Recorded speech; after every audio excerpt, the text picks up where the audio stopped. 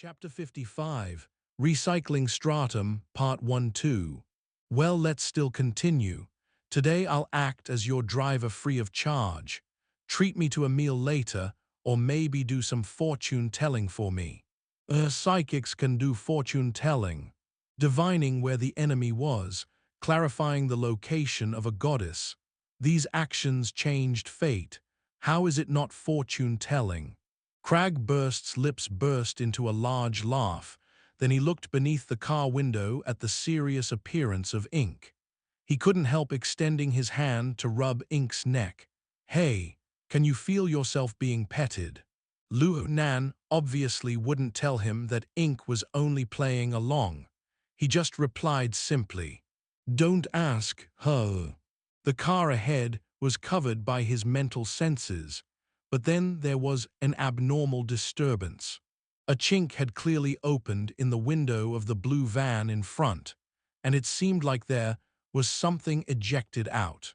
It was extremely tiny, and its speed was very fast. It seemed to strike the car behind it nearly instantly. Then his senses stuttered for a moment. The Tiger Burst Jeep and the blue van were separated by two cars. Luo Nan's senses had stuttered twice. When his senses returned, the object was already at the engine of the Tiger Burst Jeep. Luo Nan always had the issue of resolution with his mental senses, and the current situation was no exception. He could only vaguely feel that this thing was an extremely tiny beetle-shaped object. It seemed to have pierced through the two cars in front to pounce onto the Tiger Burst Jeep. Then he lost his senses completely, and at this time, the four windows of the Jeep rose up to form a completely sealed space. Gone was the whistling of the air outside, and the rumble of the heavy metal music was much more ear-piercing. Cragburst was a bit stunned, then he ordered, "Open windows." The order was issued, but the car's AI had no response whatsoever, and this was not the least of it. The car's speed started to drop, and the turning signal was activated. Luo Nan's warning came in at just this time. "Careful, there's something. Holy sh*T, the car's possessed." Cragburst practically cursed out at the same time as Luo Nan was speaking, but soon he calmed down. Within a few seconds, he tried manual control, voice control, and other methods. It was all useless. He was unable to open the car windows, change the speed of the car, or even change the music. The car's AI was completely in control of the Tiger Burst Jeep's access privileges. It turned, then entered into a downward track, winding around a skyscraper, spiraling as it went down. "Is it a virus?" Cragburst estimated. "No, it's a sort of robot bug." Luo Nan spoke out the results of his observations. "No matter how things are, there's someone remotely operating the car." Cragburst came to a most reasonable explanation. Then he came to a conclusion. "We've been discovered." No one would be able to tell, besides Cragburst and Luo Nan, that this aggressive and domineering military-altered Tiger Burst Jeep's AI had already gone rogue. This Jeep had been driving extremely steadily from beginning to end. It moved along with the flow of traffic, but it moved further and further away from the tailed target. Cragburst and Ink were pretty much imprisoned inside this sealed space. They didn't know where the car was taking them. Cragburst kept on trying to seize back control of the vehicle. His gaze swept outside to the constantly changing surroundings. His eyes flickered with light, especially with the light of excitement. His lips stuck straight back into a smile, and he turned his head around to talk to Ink. "They must have discovered us, but the only target is this car. You can still go on." Then he rammed the window with his body, causing the bulletproof glass to instantly explode with fine web-like cracks. The AI system was unable to stop the collective force. Crag Burst didn't even blink an eye when acting in this manner towards his own car. He extended his hand and tore downwards through the crumbling window, throwing himself towards the back seat. The other hand abruptly grabbed onto Ink. He didn't care how this bird struggled. He tossed Ink straight out the window. Go then, put a little effort into it. Ink was forcefully flung several tens of meters away, and just so happened to pass through the downwards tracks. Ink promptly spread its wings to avoid smashing into the glass walls of the skyscraper. Luo Nan bellowed through the hexavia, "What the hell, man? I want to know what the hell is up with them." Crag Burst laughed a bold and great laugh. His boredom from before was completely swept away. "Go keep an eye on them now. Stay in contact with me. I want to see where they want to take me." He extended his hand out through the shattered window and waved.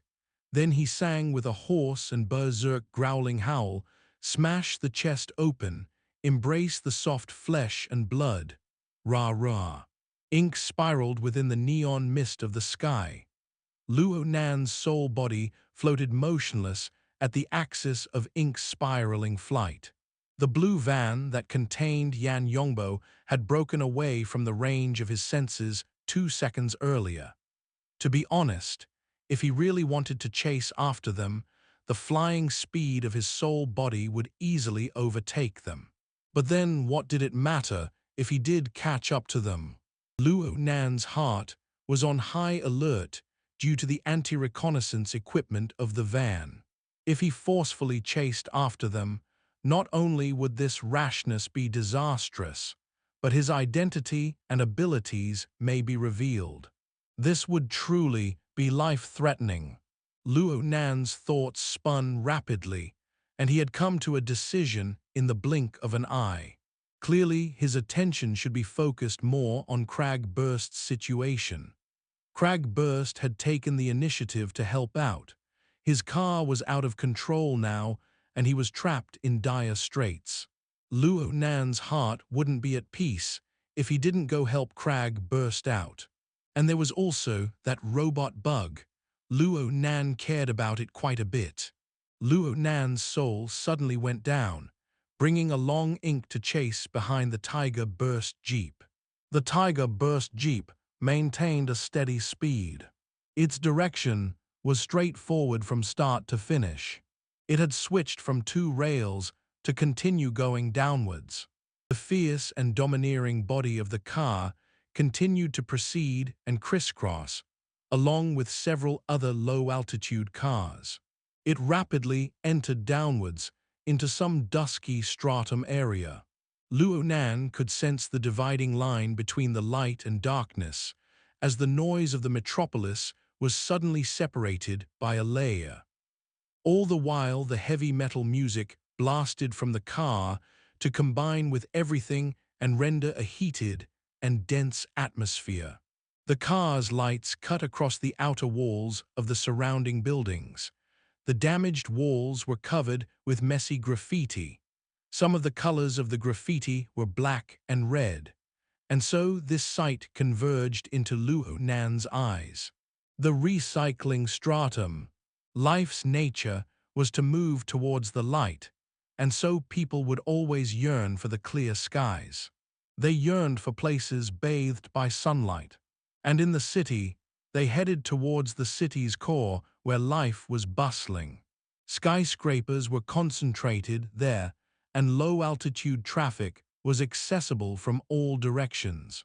The city's residents would live their lives up high, and some of them wouldn't truly touch the ground for several years. The low-altitude public transit 30 meters above ground was already the lowest limit that the great majority of people would go to. The term high-altitude race came from this. The problem was that Xia City was a giant metropolis containing 200 million people as a population. The city didn't have the luxury to waste space. It was unavoidable for some people of the 200 million population to be forced to survive in the dark and damp space of the lower strata. This was undoubtedly the slums of the modern city. This was the recycling stratum that specialized in handling the city's trash. And to a certain extent, this was also a lawless place where organized crime gathered. The Tiger burst Jeep thundered as it rushed down from the upper strata, instantly catching the eyes of numerous professionals within this dark space. A piercing whistle rang forth. High-powered modified cars ignited their engines one after another within the endless alleys between the buildings. All sorts of people could be seen on these speeding vehicles, waving their sinister-looking spiked clubs, chains, and, of course, firearms. They faced towards the Jeep, which was still advancing in midair on the light rail, with screams, curses, and shouts. At the same time, they looked forward to what was to come. After all, the numerous rails of light on the recycling stratum were all broken. Chapter 55, Recycling Stratum, Part 2-2.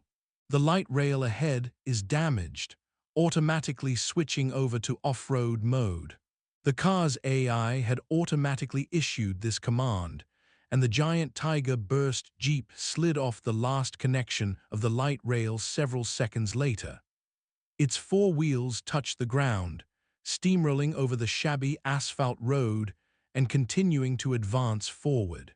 20-30 professionals were already amassed together.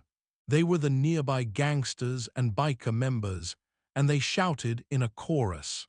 They hastened their boldness, advancing forward at higher speeds. They scraped their spiked clubs against the sides of the Jeep and increased their speed, leaving behind warped and distinct scratches on the car's body. And when they passed by the car's windows, they produced provocative hand gestures at Crag Burst. "Show off, swine. I'll fuck your *SS until it explodes." Crag Burst's lips split into a grin as he produced the same gestures back. "Come then, I'm just scared you won't be hard enough." The cursing outside grew even more resounding, but Crag Burst didn't pay this any mind. His eyes swept all around, comparing the surrounding environment to the memories of his early years. If his memory was correct, the road that the Jeep was traveling on had experienced nearly 30 years of history. This was one of the main roads planned by the city in the city's very beginnings. It linked up with several transport roads of the wilderness. The two-way 12-lane road was quite the high standard no matter how one looked at it. But then the city's planning underwent a gigantic change within the following several dozen years. Countless skyscrapers rose sharply from the ground, and the shadows from all sides covered the ground. Building material that fell from above scattered and smashed onto the roadways, and the buildings themselves blocked the skies above the roads. When the city gave up managing the recycling stratum, this road was destined to drown within layers and layers of the shadows of skyscrapers. The area's inhabitants violated zoning laws and recklessly packed the two sides of the road with buildings. Currently, countless eyes looked out from those buildings of all sorts of shapes and sizes. They stared at the Jeep whizzing along with unclear intentions. Man, this damned place is still a complete mess even after so many years. What the hell has the leader of this gang been doing? Crag Burst had his arm resting on the frame of the spacious window. He shouted outside, "Hey, whose territory is this? You all don't keep good hygiene, do you?"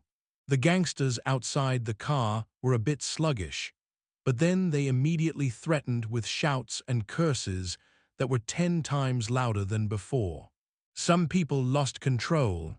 They drove their motorcycles nearby and whipped whistling steel chains into the car window with enough force to smash a man's skull apart. Crag Burst just raised his arm, letting the chains smash atop of it. He coiled the chains for 2 revolutions and gave a slight pull. The man aboard the bike was like a kite with its strings cut. He flew away from his beloved large-cylinder motorcycle, his entire body smashed across behind him. This moment was too sudden. The clustered motor gang behind him absolutely didn't have the time to dodge. Half of the motor squad was turned into a chaotic mess of people flying and motorcycles flipping in an instant.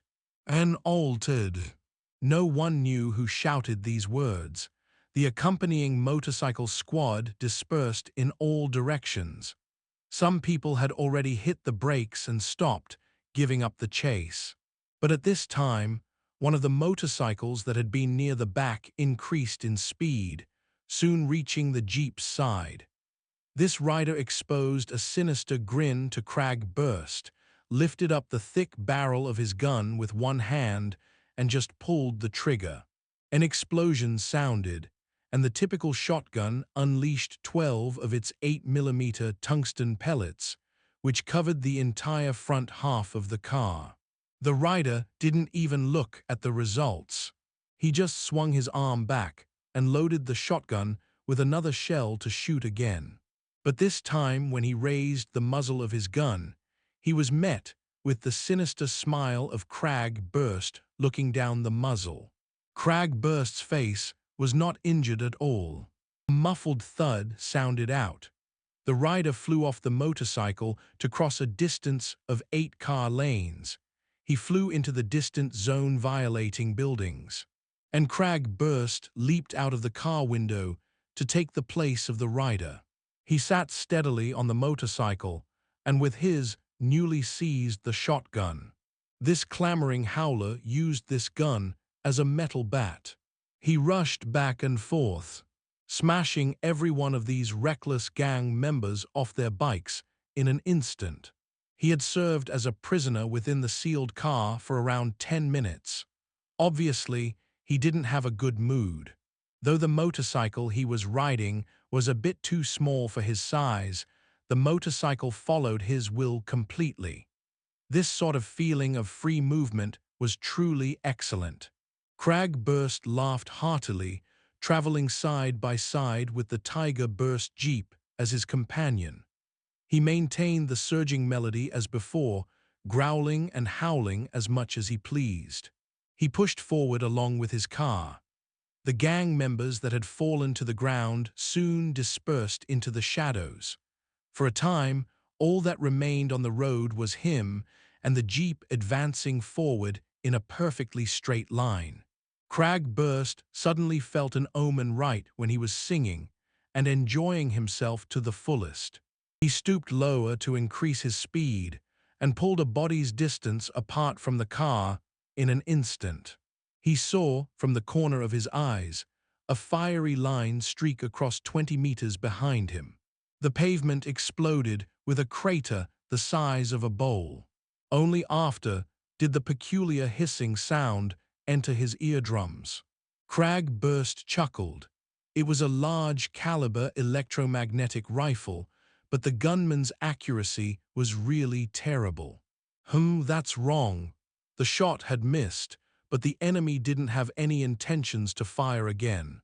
He suddenly had a feeling that there was jet-black bird flapping away from the pitch-black location of the unseen sniper right after the bullet was shot. Crag Burst grinned as he spoke though the Hexia, "What about your task? Don't you have faith in me? Anyway, you're doing quite well playing as a scout. How about we give it a shot in the wilderness later on? Then you best prepare to feel cheated." Luo Nan said a few words in passing.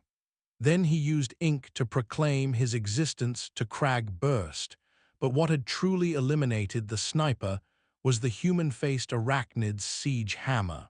That poor fellow was currently unconscious in front of the window. He probably won't ever know what had hit him. Luo Nan's soul body floated in the middle of this dangerous area. His range of senses, which had a diameter of nearly 1 kilometer, displayed to him an all-encompassing view that spread in all directions and contained multiple layers. He suddenly discovered that he was the most genuine sniper as of this moment. His existence was like a specter, and he had an all-encompassing perception with a diameter of 1 kilometer.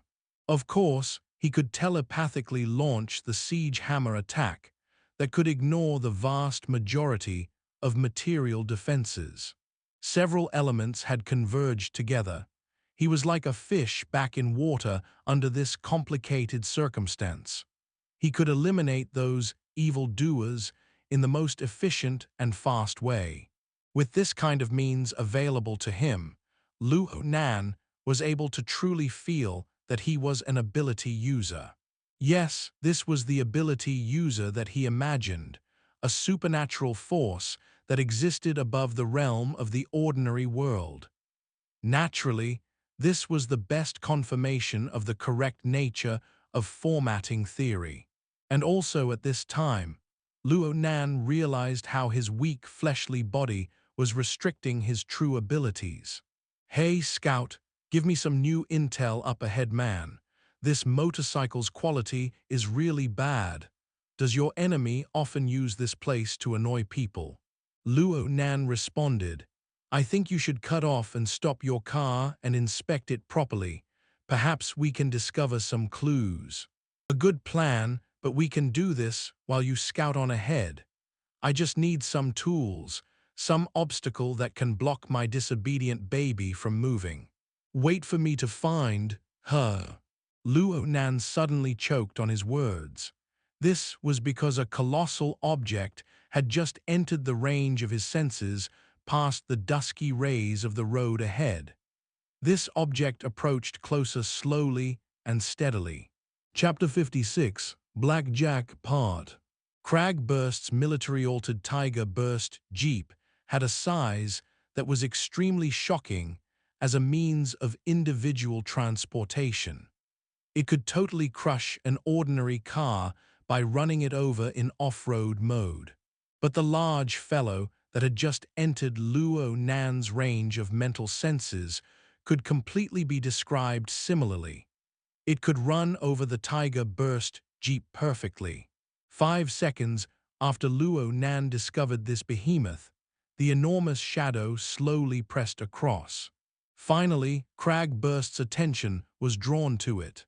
Its enormous and overpowering size made Cragburst, who had been wild and fearless, unconsciously gape wide open. He forgot how to speak for a time. It was a super-heavy road roller with an enormous body. It had a height exceeding 5 meters and a width taking up 2 full car lanes. It was a complete industrial-strength packer. The roller in front had a height surpassing the rooftop of the Tiger Burst Jeep. Perhaps this large fellow was the giant tool used to construct this main strip of the road back in the day. Its appearance was extremely old-fashioned. There wasn't a roof anymore for the driver, and all sorts and shapes of graffiti filled the entire surface of the vehicle. Anyway, this road roller had undergone some modifications.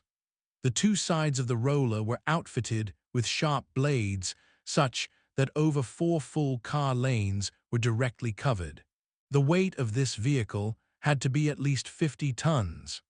As it speedily drove across, the roller caused the already damaged asphalt road to become a sight too appalling to see. Even though it had a terrifying appearance, this antique road roller had an ordinary speed. It absolutely didn't exceed 30 kilometers per hour. If the Jeep were to turn around and run, it would easily leave this outdated large fellow in the dust. Or if it were to make a small turn, it would have passed by with no problems. But there was a problem. The AI which ruled the Jeep had zero awareness that it was about to be crushed and rolled to pieces. It maintained its current speed, current direction, and current route to advance forward. Hey. Cragburst did his best to try to wake up his baby, but his efforts were bound to be futile. The distance between the Jeep and the road roller soon turned from 300 meters to 200 meters. The Tiger Burst Jeep contributed the most to the closing of distance, and it continued to pull closer. Luo Nan noticed that the road roller was carrying at least 5 gun-wielding people besides the driver. They all raised their guns and aimed at Crag Burst. 2 of them carried the shockingly destructive electromagnetic rifles. Only God knew how these strictly controlled military-use firearms had fallen into these hands. Did the military handle their trash here too? Get out of the way! As Luo Nan unleashed 2 siege hammer attacks as he warned Crag Burst. The targets were none other than the 2 gang members wielding the M rifles. One of them collapsed immediately, fainting, but a devilish red glow emerged in the eyes of the other shooter. He wasn't affected at all by the siege hammer. This shooter quickly switched targets, and an explosive flame flashed from the muzzle of the gun. The metal bullet traveled at a terrifying velocity, traveling a distance of several hundred meters in a flash to penetrate Luo Nan's soul body. This shot didn't land on any material object, but it gave Luo Nan a big fright.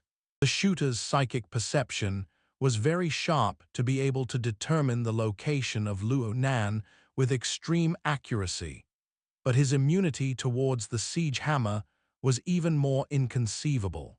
Luo Nan had penetrated all the material defenses of this marksman with an attack that focused completely on the mental plane, but it was as if he just hit the air. Crag Burst was also startled by the gunshot, and the other 3 gunmen also opened fire.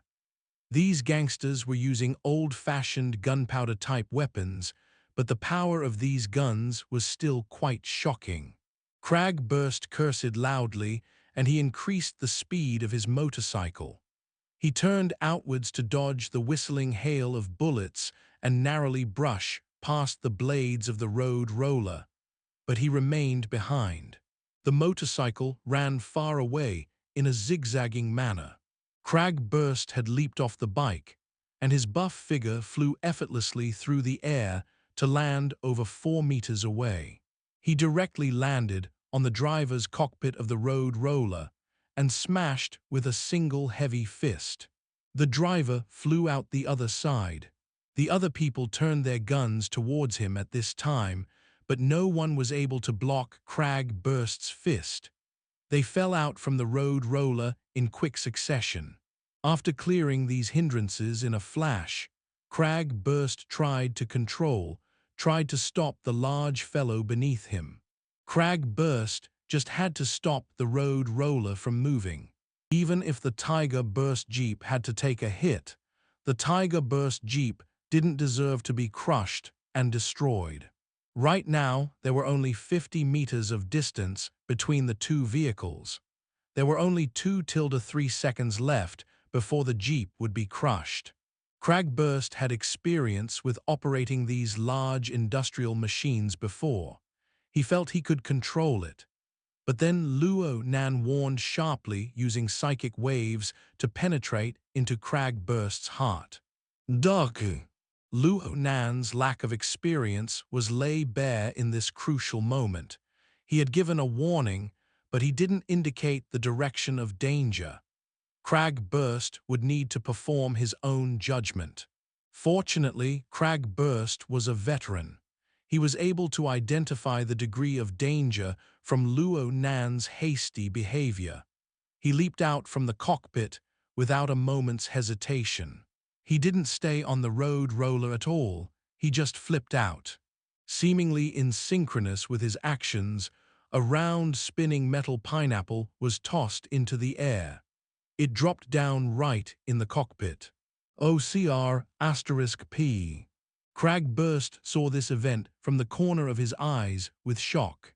Grenade, a defensive grenade with a terrifying destructive radius. This kind of crude and old-fashioned weapon had enormous destructive power. There was still a place for them in the military. They were effective in certain scenarios. The grenade had been suppressed while in the hand. Upon release, the detonator began to countdown. It exploded with a rumble while in midair. Over 1,000 metal shrapnel whistled in a storm to cover a space that was 50 meters wide. The grenade demonstrated its shocking destructive power on the few gangsters that had been knocked out of the road roller. They were hit by the shrapnel, and miserable shrieks rang in the air. Even though speed wasn't Crag-Burst's specialty, his mind operated at fast speeds. His body had just fallen to the ground. He borrowed the force from the impact to bounce up, and with a single step, overtook the road roller. He fit his body into a gap of the vehicle. His series of decisions was correct, but here there was someone waiting for him. A fist was sent directly at Crag-Burst. The speed of this fist had seized the perfect timing. But what was even more shocking was the fist's inconceivable strength. Crag-Burst received the fist with a single hand, and his entire arm was forcefully deflected. Crag-Burst stared blankly at this heavy fist as it smashed onto his face. The large force ran him through, causing him to fly out to the shrapnel-filled skies and land a dozen meters behind the road roller. Then at this time, a loud boom vibrated forth right in front of the road roller. The two vehicles were going at nearly 100 kilometers per hour relative to each other. The 5-ton Tiger Burst Jeep met in a head-on collision with the 50-ton road roller. The kinetic energy of the Jeep reached zero as its body caved in, and parts ruptured into the air. It was a tragic sight. The road roller didn't crush the Jeep instantly. After a brief period of sluggishness, the road roller maintained its speed from before, pushing the scrapped Jeep as it continued to advance forward. More and more pieces of the Jeep were dragged into the roller of the road roller. It was a most tragic and unavoidable fate. Luo Nan saw everything the road roller had done from beginning to end. He was stunned for some time, but then he placed more attention on the certain someone who had orchestrated all of this. Yes, the one who was able to ignore the siege hammer attack by the human-faced arachnid. He had been playing dead ever since Crag-Burst boarded the road roller, but he was the one who had tossed the defensive grenade and had seized the opportunity to punch Crag-Burst in the face. He was the one who jumped from the road roller to the Tiger Burst Jeep just now. The red glow that flared in this man's eyes gave Luo Nan the deepest impression of all. It was not a state that the eyes of ordinary life forms possessed, and it seemed mechanical in nature. Chapter 56, Blackjack, Part 2-2. Luo Nan saw this person's features very clearly. He was a Caucasian. They were rarely seen in Xia City. He looked to be just under 40, or maybe he was a bit older. The scars on his face showed that he was a veteran. Of course, this person's left eye gave him a deeper impression. It was a robotic eye. Upon careful observation, Luo Nan saw that the eye had not undergone any cosmetic modifications. It had an ice-gold metal composition, and in the middle lay a red glow that caused one's mind to feel terror. An ordinary mind would find it hard to face that eye. This fellow isn't an ordinary human. Luo Nan's mental senses were constantly covering this target. He discovered that there was more to this man's body than just the left eye. This person's body had far more metal components than the ordinary person. It has to be an altered human. Cough, cough, I was careless. Crag-Burst's voice transmitted through the hexia.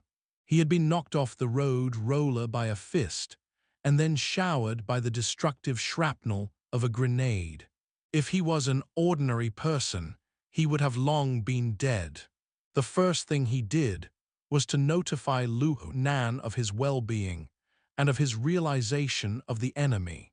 His sturdy physique and veteran experience were displayed in this manner. Altered Human 1. Luo Nan had somewhat of an understanding towards this concept.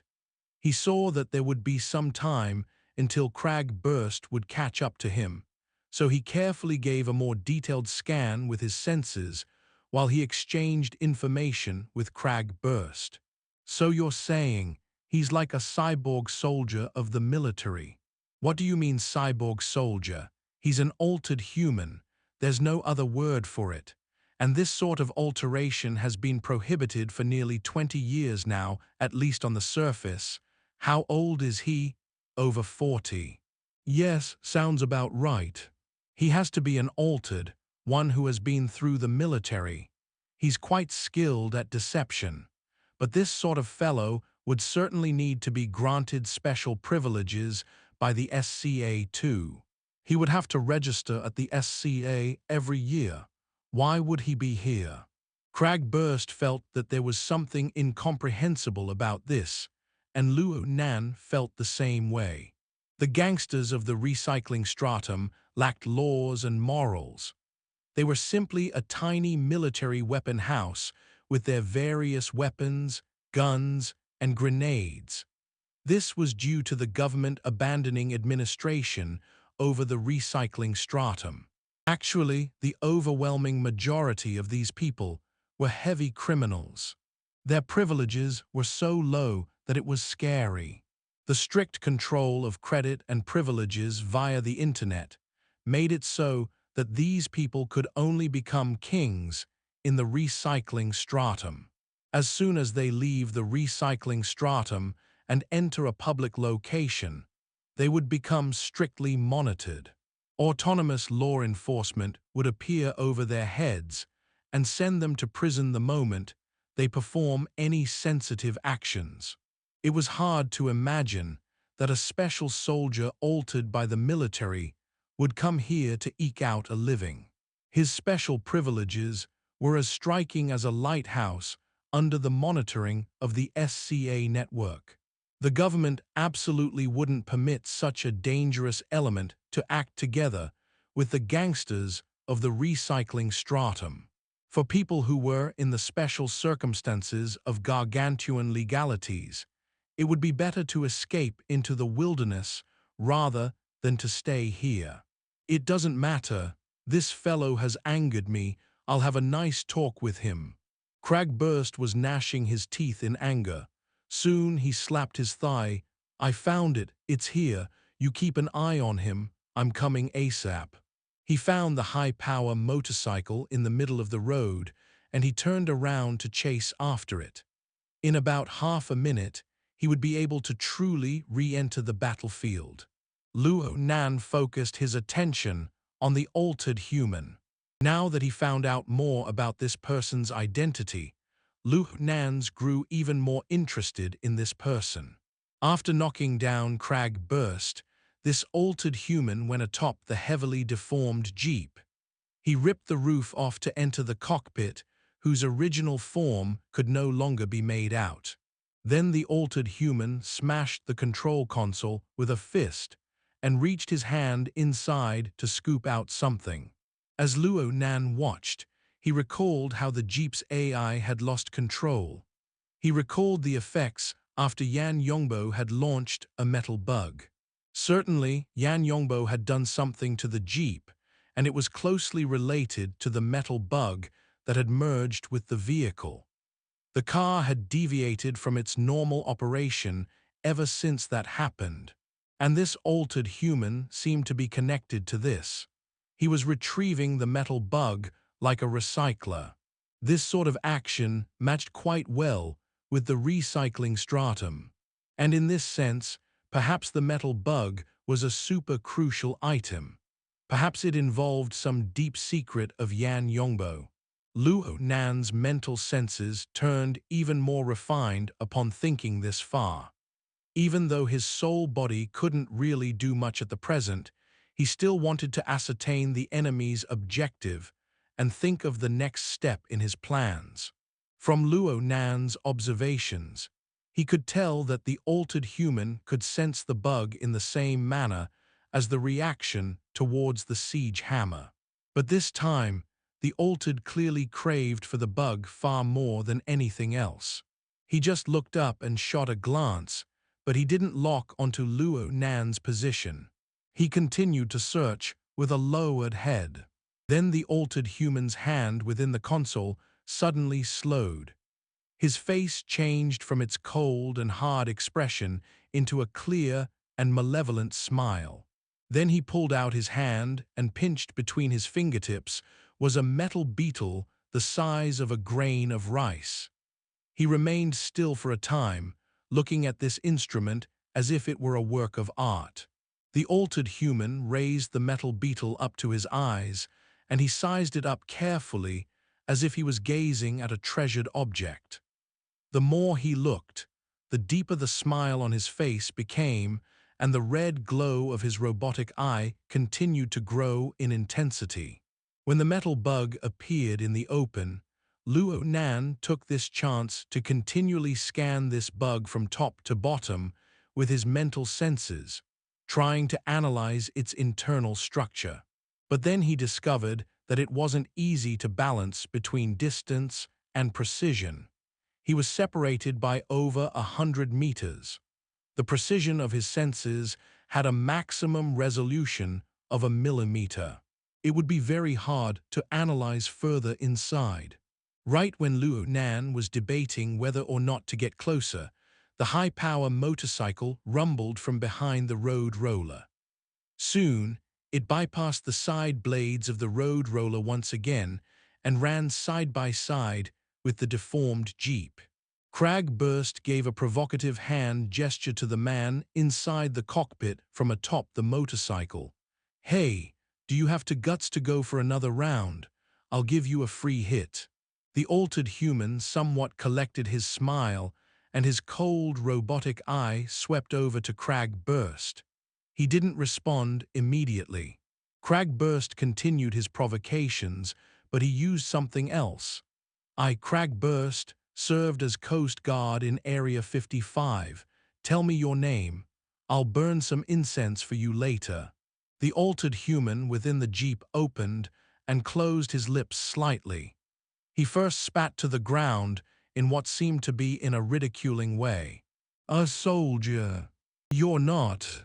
Cragburst discovered that there was something wrong with his assumption, and so he stopped being polite. But right when he was about to launch an attack, the enemy did something bizarre. The altered human opened his mouth and stuck out his tongue, placing the metal beetle on top of it.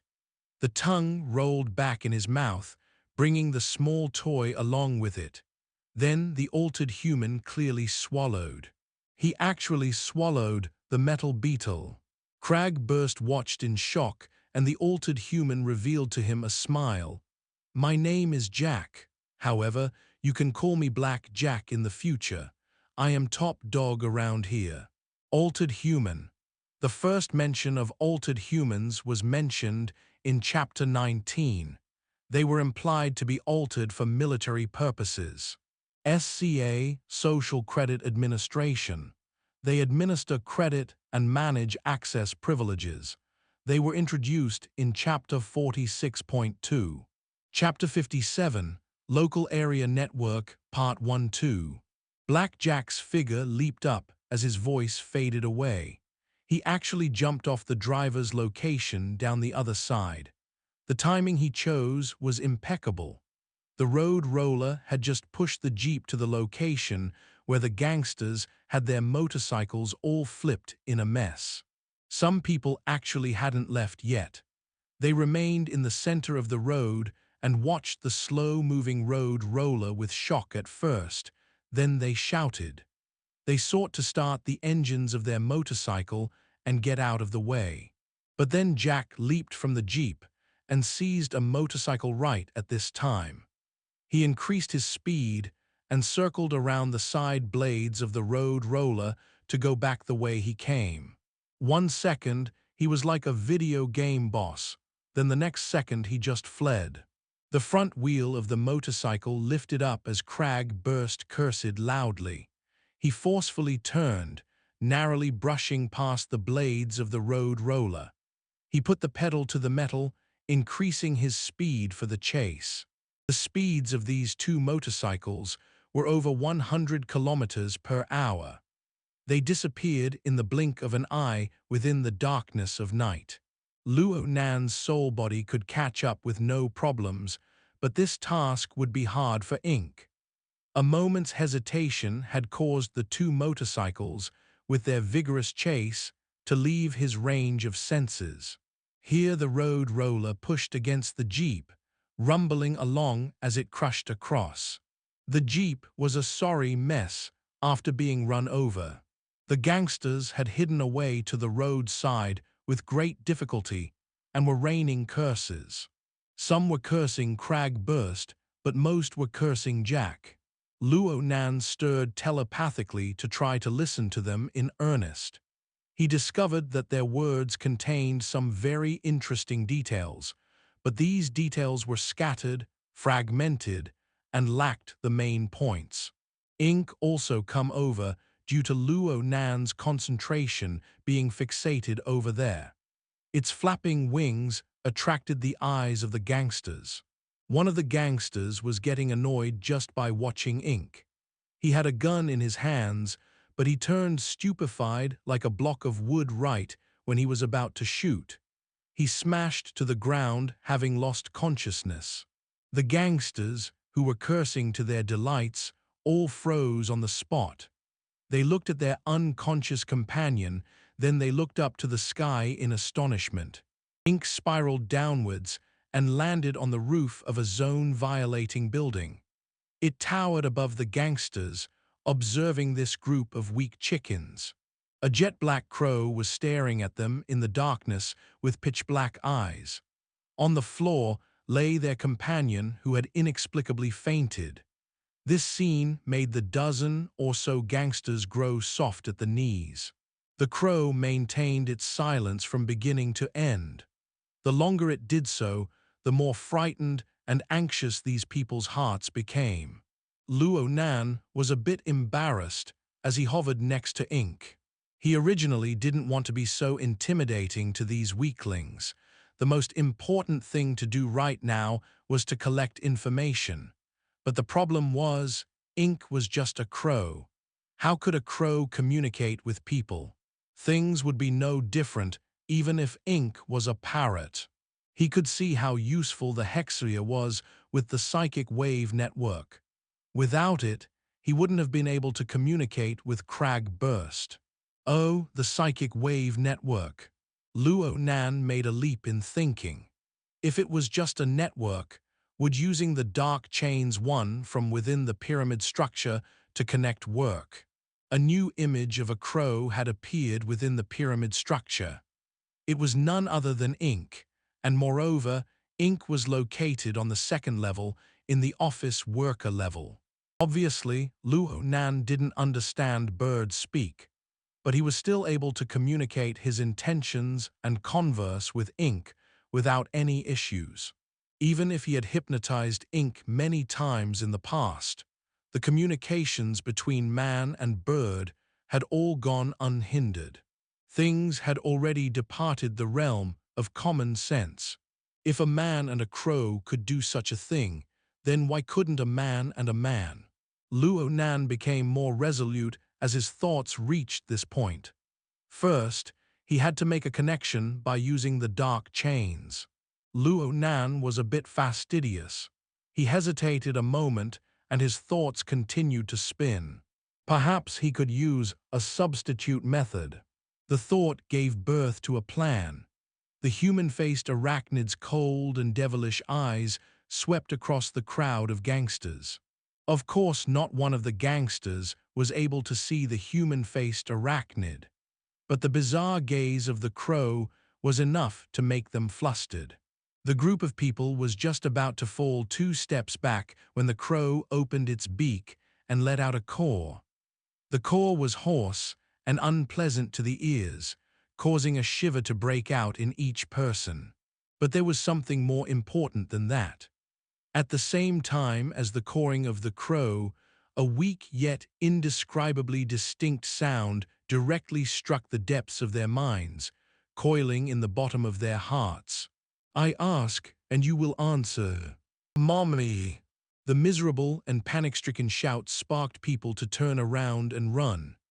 At the same time, some people didn't utter a sound. Their eyes rolled back and they collapsed to the ground. This time Luo Nan didn't mess around with them.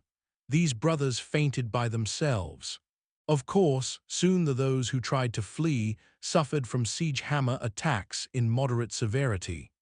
They wouldn't be knocked unconscious, but would feel extreme pain. The pain was enough that they collapsed to the ground and scream with their heads in their hands. This savage and devilish scene could be seen from front to back. The group of gangsters was frozen dead on the spot. What devil, what mutant, what black technology? Similar thoughts as absurd as these came and went in their minds, but in the end, they didn't dare to move their feet at all. The road roller rumbled off far in the distance, and its noise gradually faded away from their ears. The road was still and silent for a time. I ask, and you will answer. Luo Nan spoke his previous words once again, all the while paying attention to the changes in the pyramid structure. The human-faced arachnid, located at the technician level, had changed at the core. This dark-side life form had spat out silk-like threads when Luo Nan had his mind set. These threads were shot out in the chaotic turbid flow of emotions. The human-faced arachnid was a skilled fisherman. It used the spider silk to hook up fishlings one after another and tossed them into the lowest level of the pyramid to stand side by side with the images of Zai Junping and Cat Eyes. Their images were much weaker and lighter than those two, however. They were like frail bubbles that could pop at any moment. The dozen or so gangsters were all brought under the human-faced arachnid's control, without exception. As the mastermind behind the scenes, this was Luo Nan's first time seeing the human-faced arachnid display this sort of control. He was stupefied watching for a time. So it was this easy in the first place.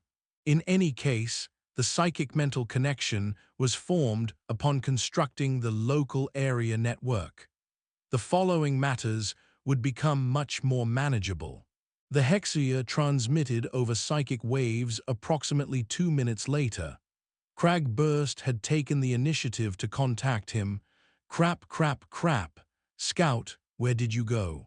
Luo Nan was able to determine what had happened from the tone of Crag Burst's voice. You lost him. That black rat, he's a good-for-nothing, but his alleyway scurrying skills are top-notch. He even fired at me from behind. Hey, where's more forward intel? Your speed was over 100 kilometers per hour. I couldn't catch up. Obviously, the crow couldn't have caught up. Luo Nan obviously wouldn't have to explain this to Crag Burst. Grab, crab, crab, crab, crab, crabs. Crag Burst exploded with curses. You should choose something more useful to possess.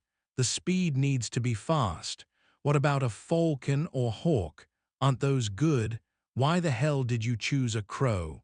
Luo Nan didn't complain, even though Crag Burst was complaining like this. The more Crag Burst was like this, the clearer this large soldier displayed that Luo Nan wasn't an outsider, that Luo Nan was someone who he started to trust and rely on. This was a very good beginning. And sure enough, Crag Burst came around and felt a bit embarrassed. He coughed twice. Since I know you have this skill now, I'll help you buy a good bird from the society later on. The price needs to be right. It's possible that it could be a mutant. Of course, help me choose later. Luo Nan laughed and then changed topics. Even though I couldn't scout, I still managed to obtain some information. Where are you? Dark chains, Chinese letter, Chinese letter, Chinese letter, Chinese letter, literally chains seeped in black. This is the heavily chained crow. I mistranslated it before, but I changed all the previous chapters to fix this. Basically, Chinese letter could mean either black or crow, so I thought it was Crow immersed in chains. Chapter 57, Local Area Network, Part 2-2. Ned, if I know where I am, let me look at the map. Oh, I'm at the Dishang building in the River Wu district. The surface looks so shiny and clean. How could the ground below be lacking in morals? Dishang. Luanan recalled this detail from the information he just obtained. It looked like Crag Burst's chasing skills could not be overlooked. He was quite close to the final objective. Wait a bit, I'm coming over as fast as I can. Ink rushed towards the sky, weaving between buildings as it flew through the air. Luo Nan's soul body controlled the human-faced arachnid to fly next to Ink. The flying speed of the crow was really too slow. The human-faced arachnid didn't even display a third of its strength, and it kept leisurely in pace with Ink. Luo Nan didn't expend his energy on flying. Instead, he used the all-encompassing view of his senses to observe the ground of the Dishang building, which he had always heard of but had never stepped foot in. The muddy night sky of the recycling stratum gave him a very subtle feeling. He wasn't very experienced in flying around in the night sky. He never expected that it would be like swimming in a river. As time flowed on, the all-encompassing scene revealed the deepest hidden things in the area to his eyes, causing this feeling of his to grow even deeper and alien. It was not only like swimming in water, it was like swimming in sewage. Everything appeared in his all-encompassing view. There were so many specific details that things were a mess. It was impossible for Luo Nan to analyze things one after another. And so he had casually scanned things such as gangsters, prostitutes, drug dealers, casinos, as well as the abstract emotions of violence, lust, greed, apathy, and so on. All these interweaved as dirty paints that formed countless foul and muddy colors. They pelted and sprayed into his mind. Everything converged into muddy roaring rapids that washed the entire recycling stratum. They flowed once again to drown the entirety of Zia City with a giant turbulent tide of emotions. In the end, this was just a tributary that was a bit dirtier. The human-faced arachnid was quite comfortable in this environment. The term, a fish back in water, could describe it, but soon Luo Nan discovered that the human-faced arachnid had some loss of appetite while it lingered in the turbid flow of emotions. Weren't these dirty and negative emotions the food that it desired the most back then? This fellow had relied on similar things to strengthen itself endlessly, but now it had thoughts of disdain. It felt that these emotions were beneath it. Luo Nan tried to communicate with the human-faced arachnid, but the information about the human-faced arachnid had long ways to go before the analyzation was complete. A forced understanding would be filled with vagueness and disorder. In the end, Luo Nan could only confirm a single point. The human-faced arachnid had evolved on some level such that the food it used to eat would no longer satisfy its needs.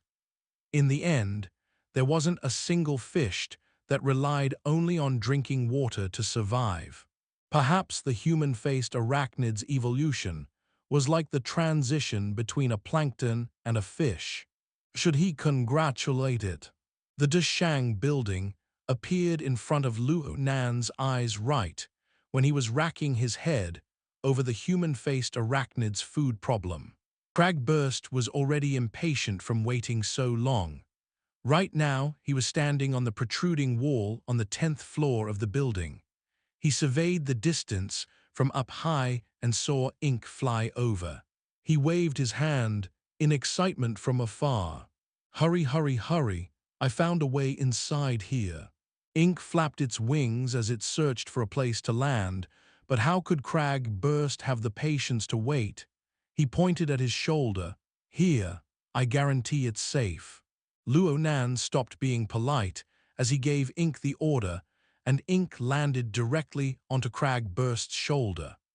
Then Luo Nan and Cragburst began to exchange their respective information.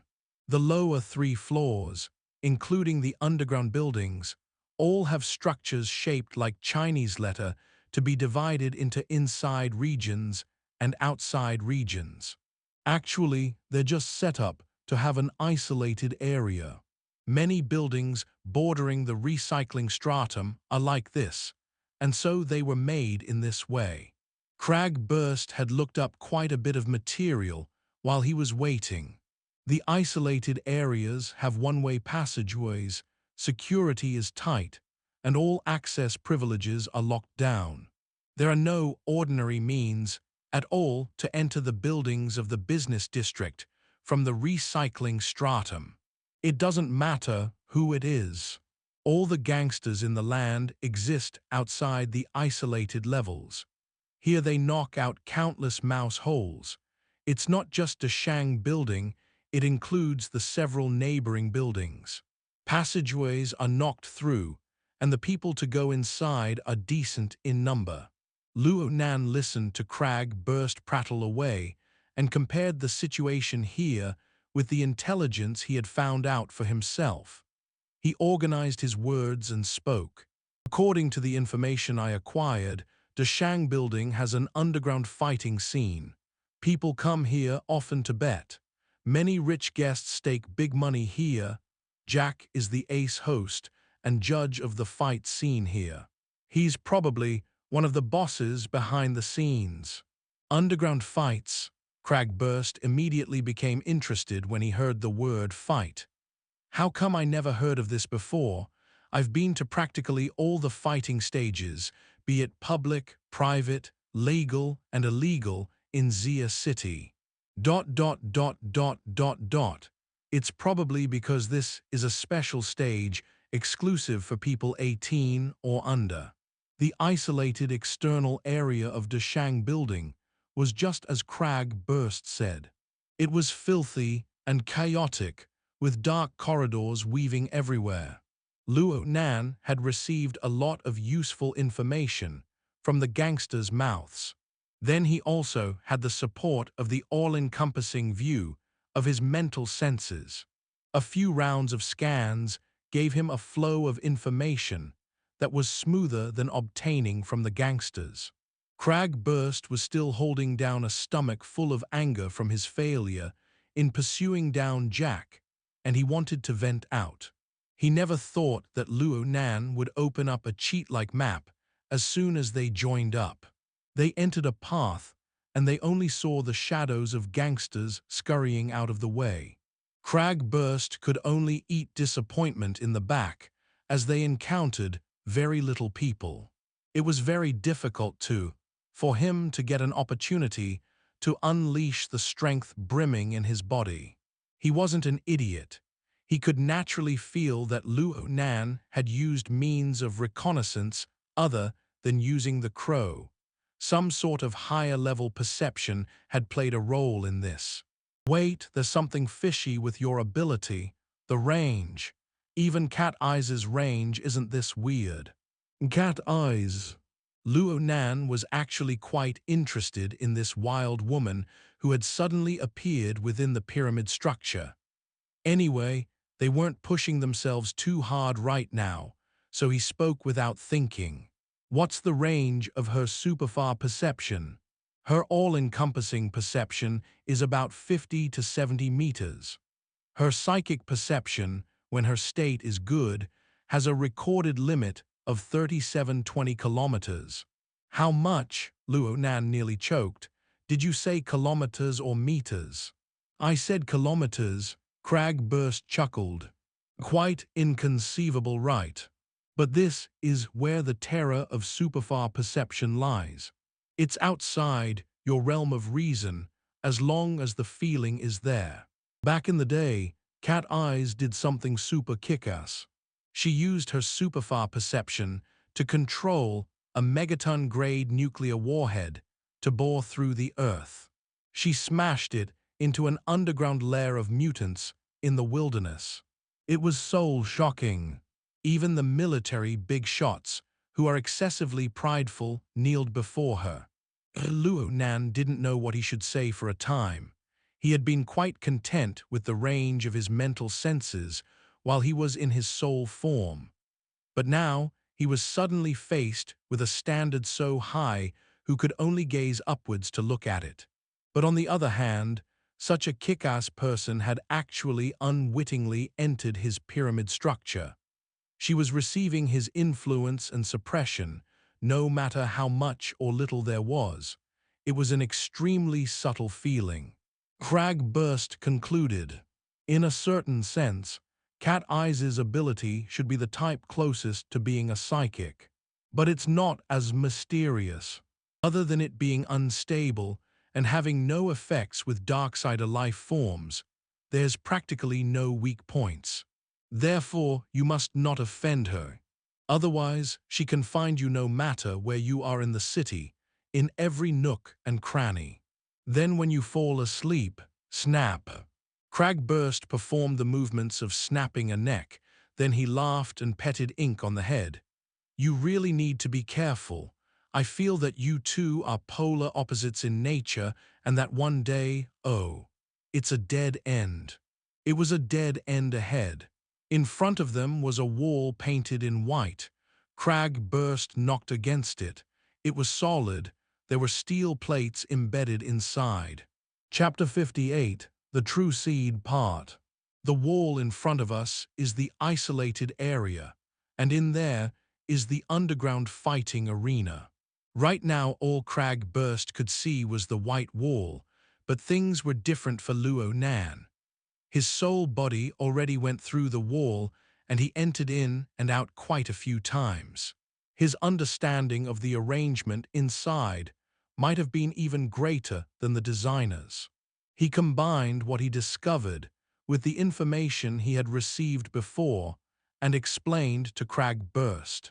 Originally, no installations were permitted in the isolated area, beside monitoring and defensive systems.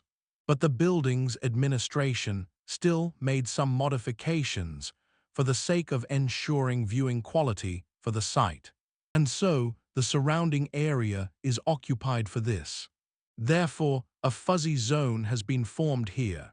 The gangsters of the recycling stratum can interact with gamblers from the surface. They can pay funds, and they can hire manpower. Jack is none other than the sole controller of this fuzzy zone. This is his nest. This is where his golden goose lies. Cragburst did not ask for further details. He was a man who often entered underground fighting arenas, so he had a much clearer understanding of the gateways inside these places than Luo Nan. He didn't care about this point at all actually. He was only interested in capturing Jack. So Jack's in the fighting arena. How do we get inside? Do we smash our way through? Cragburst really did have some thoughts of giving this a shot. This is a passageway in the first place, but for emergency use. It's designed so that only those inside can open it up. Luo Nan let Ink flap its wings to wake this older brother whose brains was filled with violence. The problem was that this was not effective at all. GRRR, so we need to be direct. Watch me. Number wait up, wait a few more seconds. The white wall in front slid open in one direction before Luo Nan finished speaking. The inner layers of steel plates slid in the opposite direction. Then the ice-cold metal wall was exposed, but this wall opened as well from the middle, and a passageway was lightly illuminated. Cragburst was mute for a time, looking at the 3 layers of defenses, especially the last layer with its 10-centimeter thick, super-reinforced alloy wall. He no longer mentioned using violence to pave a path. The passageway before their eyes wasn't too long, for they were able to see the end with their eyes. A door was half open over there, and more intense light permeated through it, along with the noisy clamor of people. Clearly, outside that door was some location within the underground fighting arena. Then Crag burst, saw a man sitting collapsed in the middle of the passageway. He was already unconscious. Crag burst turned his head, looking in all directions. Soon he discovered that above this man's head was a PIN code lock. The corresponding screen clearly displayed a successful opening. "You're planted agent." Cragburst soon corrected this absurd thought, but the following conjecture was far more preposterous to him. "No need to talk. You were separated by the wall, yet you controlled this fellow and had him open the door. Right on the mark." So it turned out that his hypnosis ability matched quite well with the human-faced arachnid's fishing skill. The results were really decent. Luo Nan just chuckled through the hexia, maintaining a bit of mystery. He indicated to Crag Burst to close this passageway. The place was definitely connected to the network of the control room. Even if they couldn't hide it for long, any bit of time would be valuable. Hell, this isn't just possession. You're able to maintain some abilities, so you can have the crow wield a portion of your abilities right. Do you have a sorcerer's bloodline? Or what secret order do you come from? Cragburst's thoughts became more and more excessive. Luo Nan was really worried that the words out-of-body state might come out of Cragburst's mouth. He could only interrupt him once more. "Let's pick up the pace then. It's very likely that Jack just used this place to go elsewhere. Though it's impossible to enter the Shang building and the business district from the isolated area, there are direct passages to the upper-level urban districts." Crag Burst immediately shut his mouth and simply cleaned up the scene before leaving the passageway. The outside was a ring-shaped corridor with an extremely distinct arc. It made one feel that the space was really limited. The operators here had utilized the space to the maximum. The concave walls. Every few sections had a scene projected on the curved wall, the brilliant scene of the fighting arena. "So it's all kids." Crag Burst's eyebrows furrowed. He was a professional, so he had a rotten mood looking at each video image. The people here do have fighting skills, but they're more negative and fierce. These are life-threatening fights. Close-up scenes of fallen fighters appeared on the screen. Many had broken hands and feet, or maybe they suffered from a vital injury. Crag Burst wouldn't have blinked an eye towards these matters if this was the world of adult fighting. But the people fighting on the screen looked to be no more than 15 years old, the same age group as Luo Nan. The group of half-grown children did not hold back their fierce fists at all. Did they really know what their fierce fists would do? The savage glint in their eyes demonstrated that they knew, and the feeling that these warped thoughts brought made one feel even more unwell. The sound of footsteps echoed from both sides of the corridor, and Cragburst's thoughts just disappeared from his head. Anyway, Luo Nan indicated to go to a different side and enter a room covered with thick curtains. Cragburst thought that he was entering a passageway to the fighting arena, but when he entered, he discovered that this seemed to be a waiting room.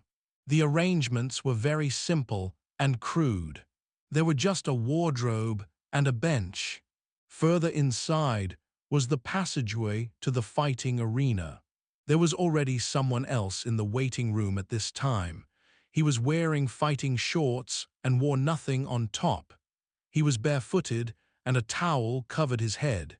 His head was drooping down. It seemed that he was preparing his energy. He was probably the combatant for the next fight. He didn't have anyone besides him, not a coach nor a friend. He was all by his lonesome, and he projected a feeling of desolation and gloom. He actually didn't react at all to the big and heavy crag bursting in all of a sudden. Cragburst nearly gaped on the spot, but then he discovered that the room was actually quite noisy. Display screens, which were a bit smaller than the ones outside, were also in the waiting area. The audio through the speakers was quite noisy. It made one suspicious just what function this waiting room had.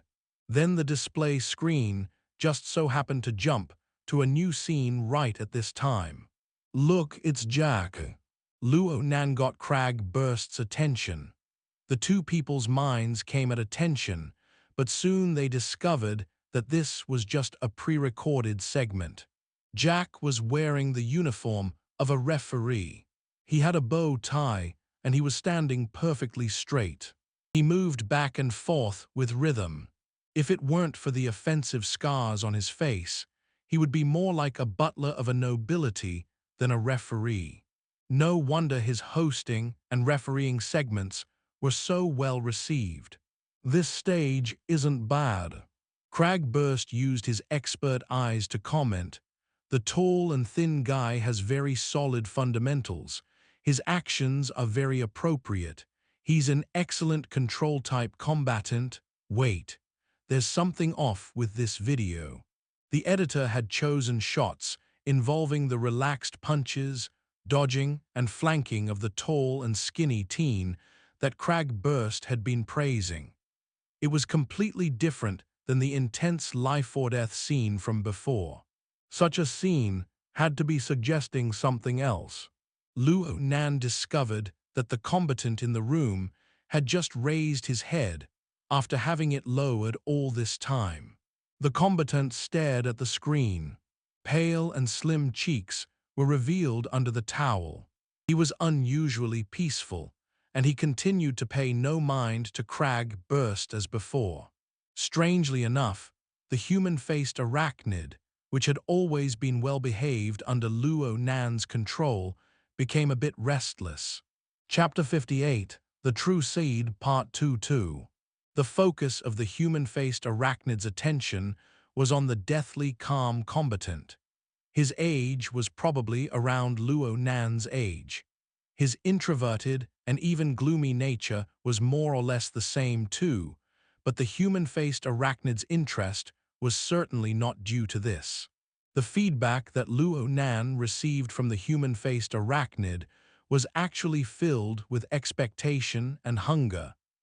It was as if a glutton was staring at the slowly stewing dish on a stovetop. It would be a pity to eat it now, but not eating was making it impatient. "So this was the new food that you chose." Luo Nan had been pondering the change in diet of the human-faced arachnid, and now there was a new reference. He took out a bit more energy to increase his attention on this matter, but how could he come to an understanding within such a short time period? The scene changed on the video at this moment. The strange scene of the match had ended, and an after-fight segment followed. Jack stood in between the two combatants, looking to be announcing the winners. The beginning of the footage did not have many shots with the skinny and tall teenager, but his dominance was clearly displayed. The footage presented an astonishing level of control. However, Jack didn't rush in announcing the victor. He lowered his head to look at the time. The accompanying music to the video strangely stopped at this time, and sharp whistling and shouting came from the spectator stands on all four sides. The sound grew more resounding, noisy, and ear-splitting. Then Jack moved at last. He opened his arms and held onto the competitor's hands in a manner that was unlike a typical referee. Then he embraced these two teenagers by their shoulders, looking very intimate. But the teenagers' bodies went stiff on the spot. Jack leisurely announced the victor in a manner that was like reciting a poem. His voice spread to the entire venue through a microphone. "As the referee, I must fairly judge this fight. This was a conservative fight." The shouting increased a level in volume from the spectator stands. "This was a fight that was ended by time." The screaming cheers grew more resounding. Some people even stood up and waved with fists, which sparked off even more people. Soon there was no one who remained sitting in the arena. Jack's expression didn't change as he spat out his final judgment. This was a fake fight. The people in the spectator stands were completely berserk now, and chaotic clamor rang forth. The noise had converged to a simple yet blood-chilling syllable. Kill, kill, kill.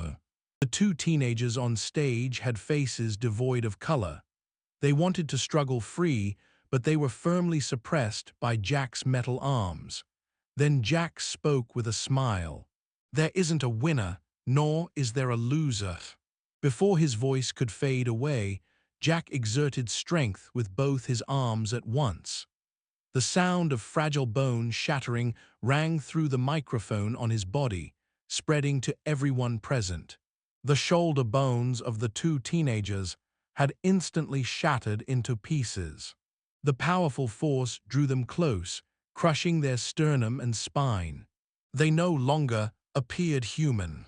Jack continued to crush these two teenagers together, causing them to embrace each other in front of his chest. The faces with blood flowing out of all orifices collided together. Then they turned into two piles of dead meat. Jack loosened his arms, and the two corpses slid to the ground. He didn't even give them a glance, and he crossed his arms together to signal. A solid match, a friendly match, he pass. Holy crap! The screen suddenly caved in and ruptured before the scene could switch. Cragburst had punched up high, directly hitting it with an explosive punch. Such an intense reaction thoroughly revealed Cragburst's viewpoint. He didn't care about the broken screen, he just spat. Bunch of trash. The calm combatant turned his face over, and a bit of surprise could be seen in his pupils, yet this emotion didn't transfer over to the rest of his face. It had already perished. In the end, he simply spat a few words. Y'all art. Cragburst watched him with bulging eyes. Kid, you're going to take part in this bullshit fight. I'm part of the next fight. Cragburst waved his hand roughly. You're up next on stage, but there won't ever be a next fight now that I have arrived. That way leads to the fighting arena right. Cragburst was just about to move forward. Not only was he filled with a sense of justice to the point of exploding, the matter that happened in this fighting arena made him, a fighting lover, feel sick in the heart. Luo Nan saw that Cragburst had the intention to smash apart this fighting arena, so he shouted helplessly for Cragburst to stop. Didn't this completely depart from their original goal? I'm willing to bet that Jack will immediately flee and disappear without a trace the moment you enter the arena. Even if you strike down every single person in the venue, is there any point if this murderer manages to get away? That is your problem, Scout. Why haven't you found that black rat yet? Cragburst was highly emotional. He had committed the same offense as Luo Nan. He forgot to use the psychic wave network to communicate and had directly opened his mouth. The silent combatant watched Cragburst speak to the air. His gaze swept around in the space, and he didn't see anything else. In the end, his gaze rested on the crow on top of Cragburst's shoulder. He opened and closed his mouth with a bit of hesitation, but in the end he spoke. "Mister, are you talking with the crow?" Cragburst was stunned for a moment. He turned his head over to look and spoke bizarrely. Yes." The words just left his mouth, and Cragburst was filled with regret. Such an answer was really quite stupid. This silent combatant had not displayed any emotion all this time, but now he clearly smiled.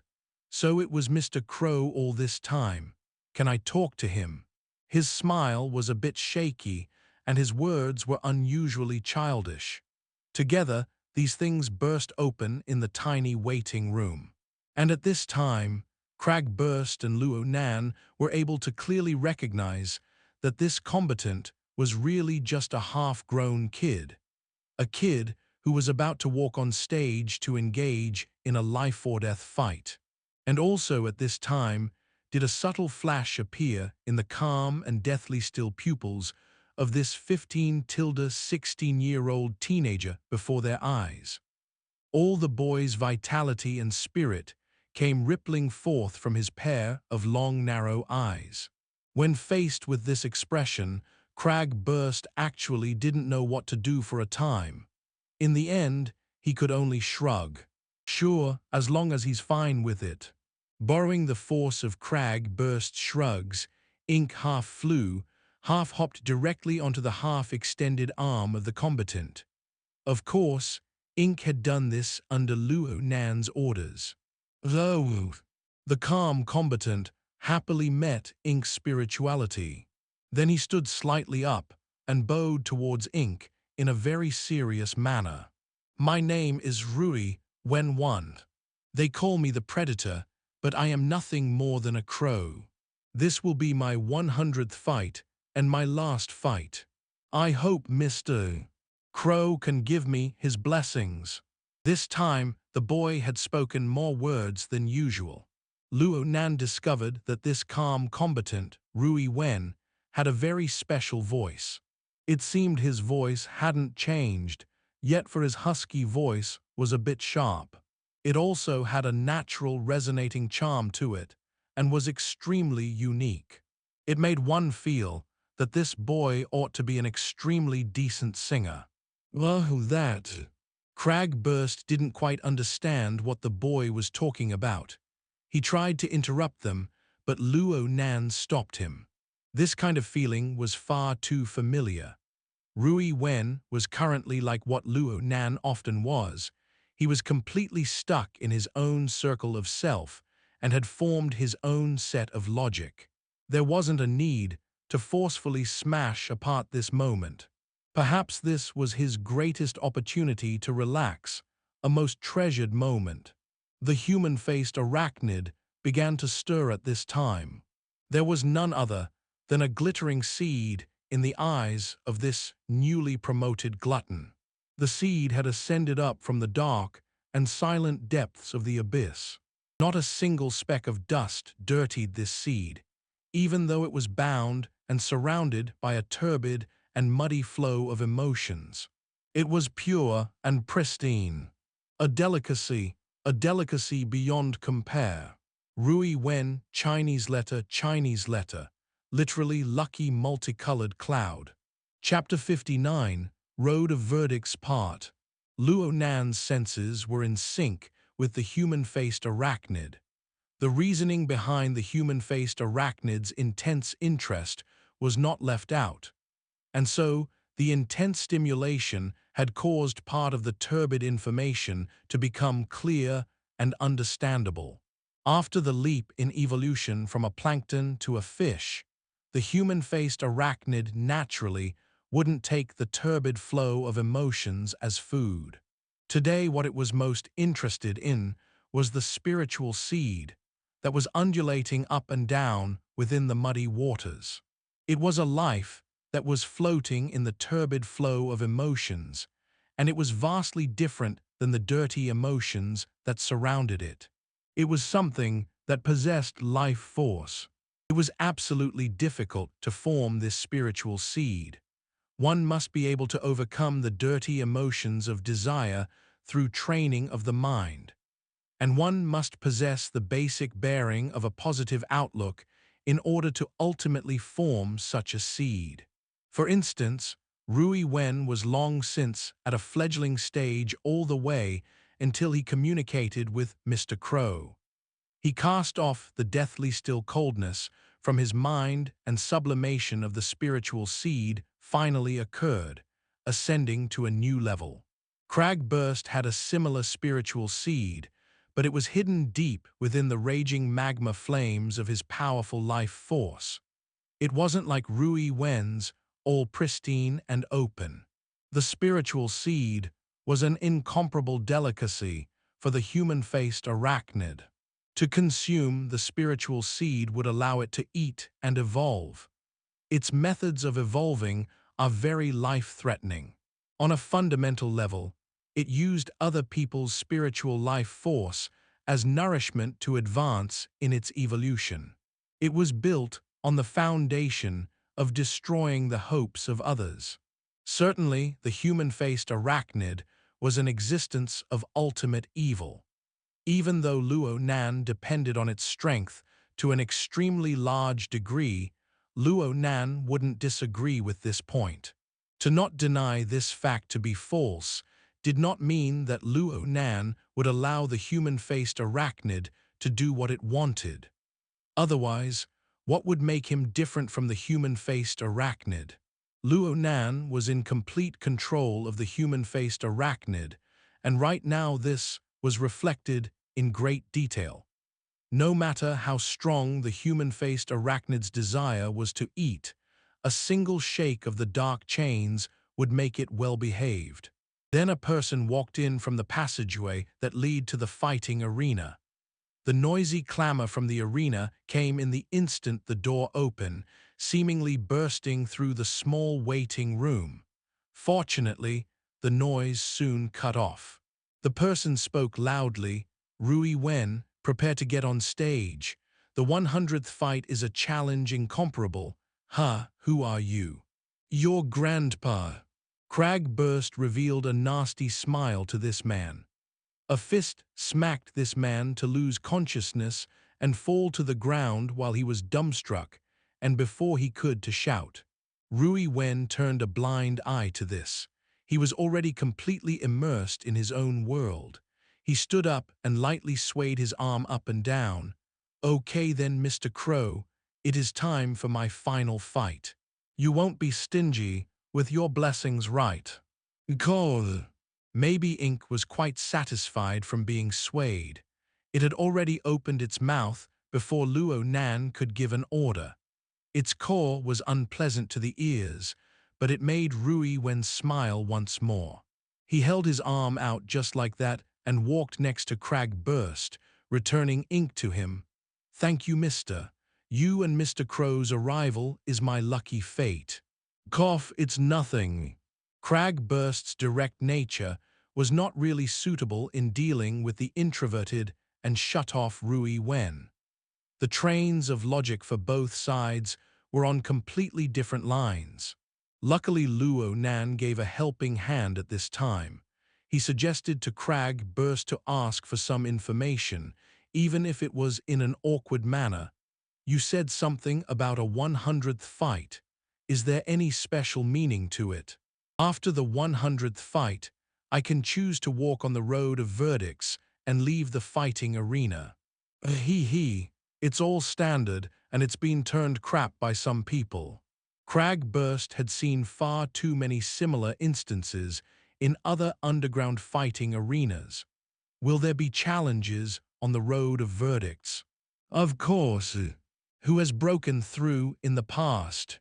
Since the fighting arena was established, I and my older brother were the closest people in getting 100 victories. Oh, right.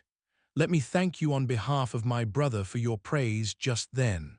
Luo Nan and Crag Burst both thought of the tall, skinny teenager who had died in Jack's metal arms. Crag Burst collided his fist with his palm. Isn't it super clear? There's no bullshit road of verdicts. This fighting arena absolutely won't let you all come out of here alive. This fact was really transparent. This fighting arena was a joint business started by the gangsters of the recycling stratum and the rich. Competitors like Rui Wen were the destitute orphans from the recycling stratum. Gangsters captured them, forced them through bitter training, and made them fight to the death with each other, all for the amusement of the rich. Crag Burst hoped that Rui Wen would understand the truth. Leave. That's just a joke, nothing more than a joke. Of course, Rui Wen didn't respond. He just ripped off the towel from his head to expose cool crow-black hair.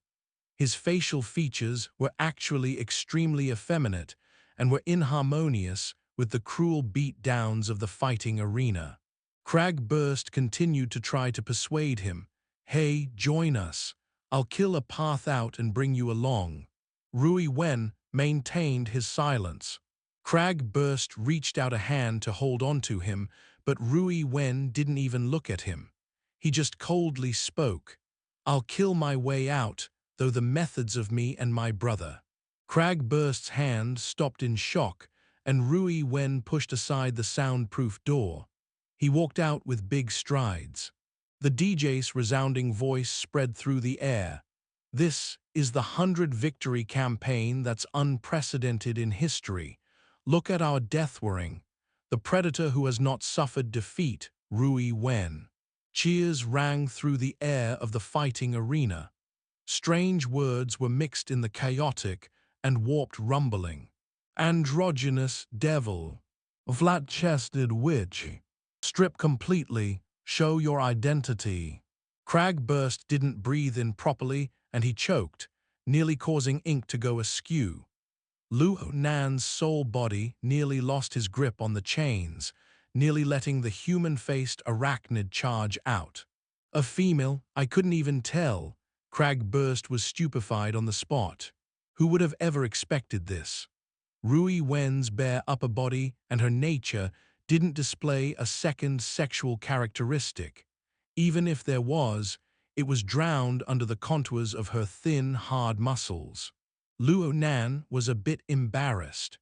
But these thoughts of embarrassment were forcefully severed when Rui Wen climbed onto the fighting platform to have her thin body exposed to the gazes of over 1,000 people. Crag Burst stopped the soundproofed door from closing completely, and the clamoring noise of the fighting arena echoed endlessly inside. Hey, hey, hey, I'll grant you the way out. Bye, bye, bye, let's hold an auction today then. I want to sample what the flat-chested witch tastes like. The shouts, the clamor, and the whistles were endless. Several hundred rich folks, who were likely the head of various fields, used methods such as these to obtain stimulation, which they wouldn't receive from regular society, from the body and life of this young lady. What about Rui Wen? The filthy, muddy flow came rolling across in all directions, but that pure spiritual seed remained untainted by even a speck of dust. This androgynous girl had already blocked off the influence of the external world of filth completely. But in any case, why must such a girl be placed in such a dirty place? Crag Burst didn't make a sound as he walked forward with large strides. Luo Nan also couldn't hold himself back. He didn't stop Crag Burst from advancing forward. As Crag Burst walked out of the passageway, his large body and head ought to have attracted the eyes of many. But this time, the absolute majority of people had their attention focused on the fighting stage. They did not notice Crag Burst at all. Rui Wen on the fighting stage turned her head over without warning. Her cold and crystal-clear gaze caused Crag Burst to stop advancing. He couldn't move forward even if he wanted to. Rui Wen's aura was truly beyond compare.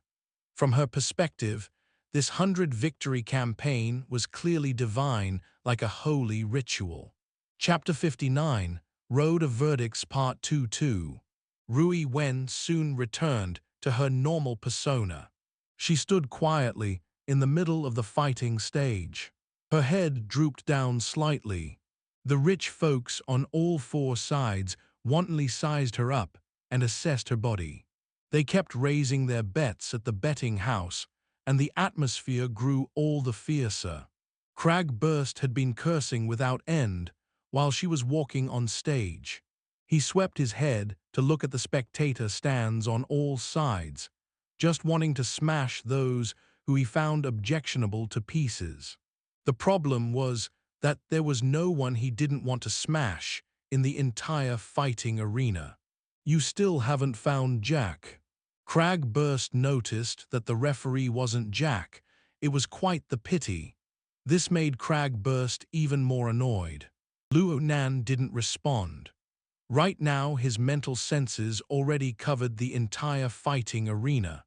With him at the core, his senses covered a wide area with a radius exceeding 500 meters.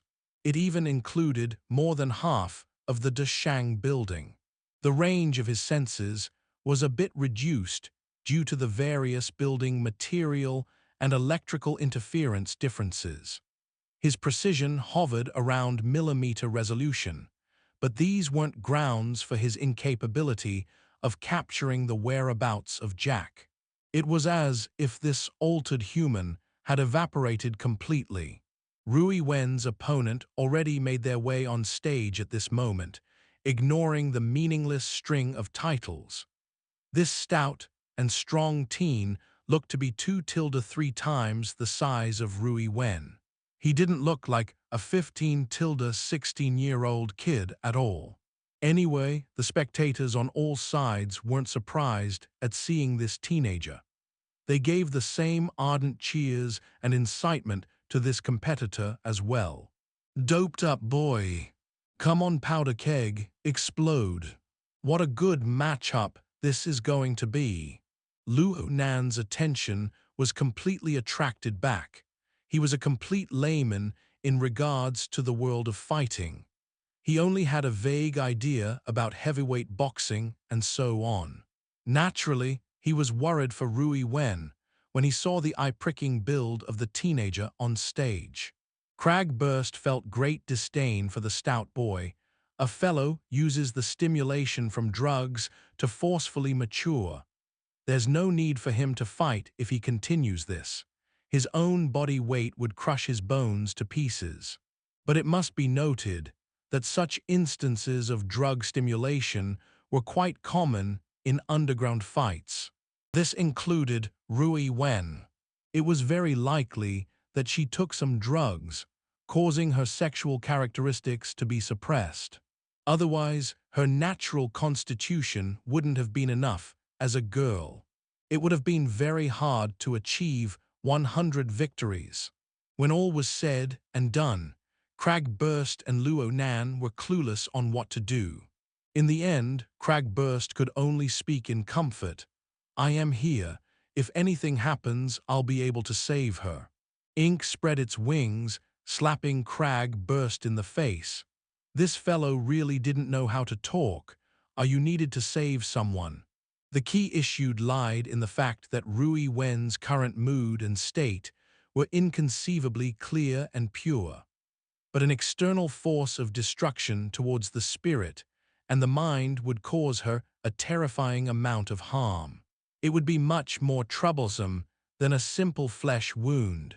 Luo Nan had analyzed this piece of information from the human-faced arachnid. He couldn't explain this to Cragburst, so he felt stifled. The conversation between the two was meaningless, but the development that happened on the fighting stage caught everyone by surprise. The opening ceremony lasted a full 20 minutes. The atmosphere was rendered and the bets went high. Then the fight began. Rui Wen did not retreat when faced with this opponent that was at least twice her weight. She approached closer, rushing in from the front. She closed in around Powder Keg's thick arm and broke his tibia with a single strike. Powder Keg's finger just brushed Rui Wen on the shoulder, causing her to fall from the loss of balance and pain. Rui Wen effortlessly broke away from his grasp, then took the chance to kick him in the forehead, causing Powder Keg to fall unconscious. The fight just ended like that. The venue that was high on emotions suddenly turned cold. The vast majority of people, including the betting rich guests, couldn't accept such a simple and laughable ending.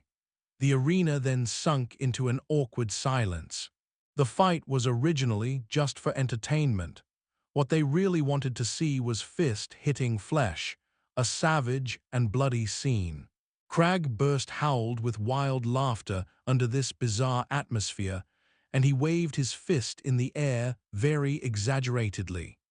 His actions were so conspicuous that all the cameras in the arena shot him in a close-up view. Luo Nan wanted to have Ink slap Cragburst in the face. If this wasn't Crag burst exposing himself, what would be? The judge was stupefied for a few seconds on stage before he stepped forward to check the damage. This was just a formality. His true purpose was to try finding an opportunity to get in contact with someone in order to figure out what to do next. But he was unable to communicate with the fighting arena's big shot, Aka Jack, from beginning to end.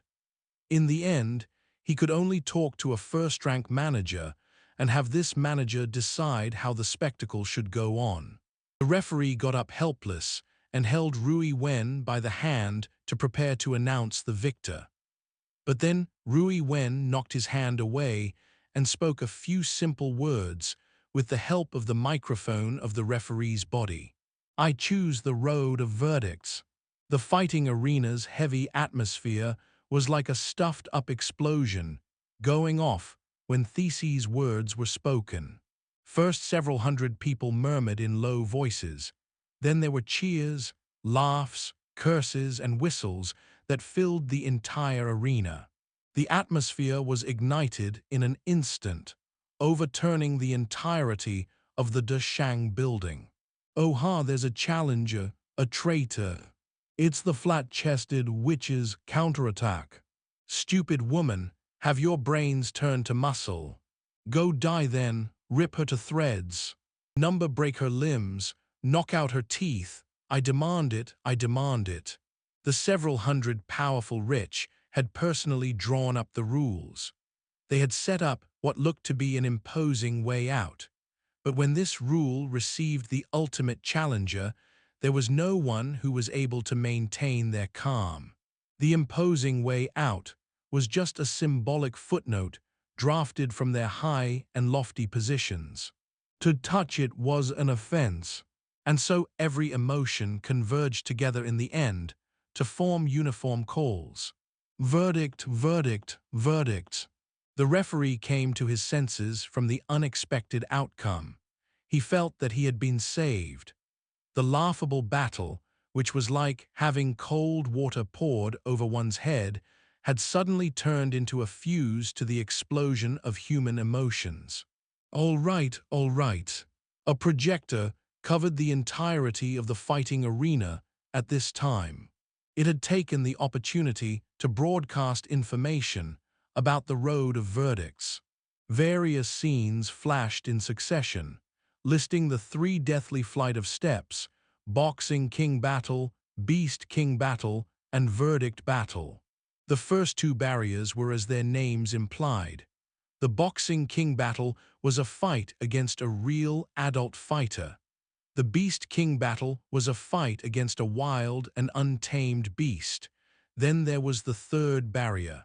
The projector timely showed someone wearing a referee uniform. It was the image of a calm and callous Caucasian man. The adjudicator, Jack. This was the boss of the gangsters here, the ace host, the referee, the man who had murdered Rui Wen's older brother. This was the final boss. The projector then broadcasted the scenes where numerous combatants, including Rui Wen's older brother, had died by the hands of this cold and callous man. Sharp whistles rang through the air every time someone's life faded away. The sound lasted until the frame froze on Jack's crossed arms. The previous spectacle was negated. The entire fighting arena was about to erupt. Verdict, verdict, verdict. That's a wrap for this installment. Thank you all for watching and supporting Lord of the Stories. If you enjoyed this tale, please hit the like button, share it, and subscribe for more amazing stories. You can also explore other series updated daily in our playlists. Have a fantastic day and see you in the next episode.